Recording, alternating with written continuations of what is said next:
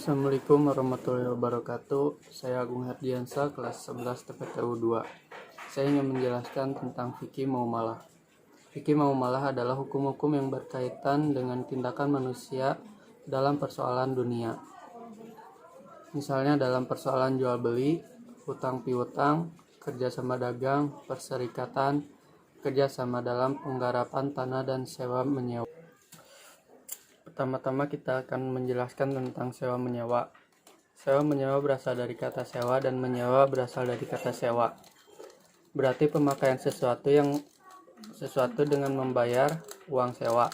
Sedangkan kata menyewa berarti memakai dengan membayar uang sewa. Sewa menyewa dalam bahasa Arab diistilahkan dengan al-hijrah yang artinya upah, sewa, jasa atau imbalan. Seperti halnya kegiatan yang dilakukan dalam kehidupan sehari-hari lainnya. Di dalam sewa menyewa kita harus memperhatikan syariat-syariat Islam. Rukun sewa menyewa hampir sama dengan rukun pinjam meminjam. Dan bila salah satu rukun itu tidak ada, maka batal kegiatan sewa menyewa syariat Islam. Ketetapan rukun sewa menyewa yaitu sebagai berikut. Seorang yang menyewa dan seorang yang menyewakan barang dan zat yang disewakan ada manfaat dari barang yang disewakan.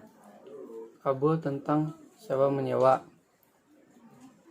Sedangkan syarat nyewa menyewa adalah orang yang menyewakan mustajir dan orang yang menyewa ajir. Syaratnya yaitu berakal sehat, dengan berkehendak sendiri, tidak mubazir, pemboros, balik atau dewasa. Barang yang disewakan syaratnya yaitu diketahui jenisnya, kadarnya, dan sifatnya. Manfaat dari barang yang disewakan syaratnya yaitu benar-benar berharga. Manfaat itu tidak menghilangkan zat barang yang disewakan.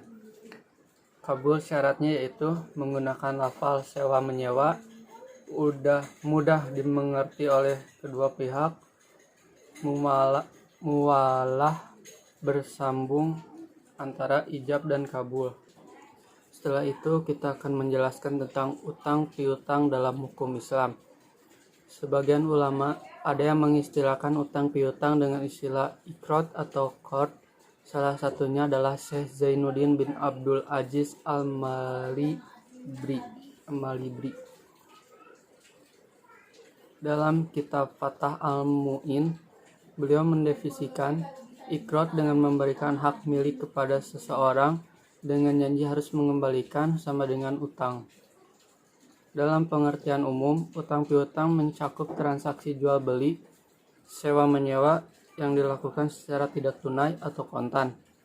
Transaksi seperti ini dalam fikih dinamakan mudayanah atau tadayun. Utang piutang qard menurut bahasa artinya al-qad, memotong.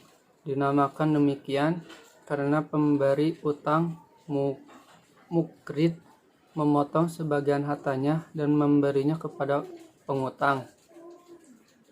Secara istilah Hanafiyah, qard adalah harta yang memiliki kesepadanan yang Anda berikan untuk Anda tagih kembali.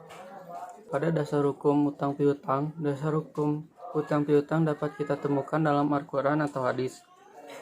Utang piutang dalam hukum Islam dapat didasarkan pada perintah atau anjuran agama supaya manusia hidup saling tolong-menolong serta bekerja sama dalam hal kebaikan.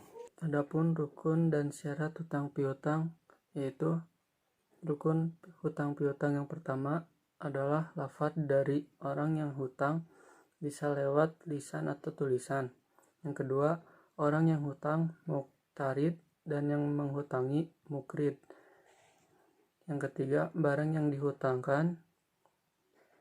Dan syarat hutang piutang yaitu disyaratkan untuk sahnya pemberian hutang ini antara lain, yang pertama, orang yang memberikan hutang adalah orang yang memiliki kompetensi. Yang kedua, harus dilakukan dengan adanya ijab kabul karena mengandung pemindahan kepemilikan kepada orang lain. Harta yang dipinjamkan bisa diketahui jumlah dan ciri-cirinya agar dapat dikembalikan kepada pemiliknya. Sekian dari saya tentang muamalah, sewa menyewa, dan hutang piutang. Wassalamualaikum warahmatullahi wabarakatuh.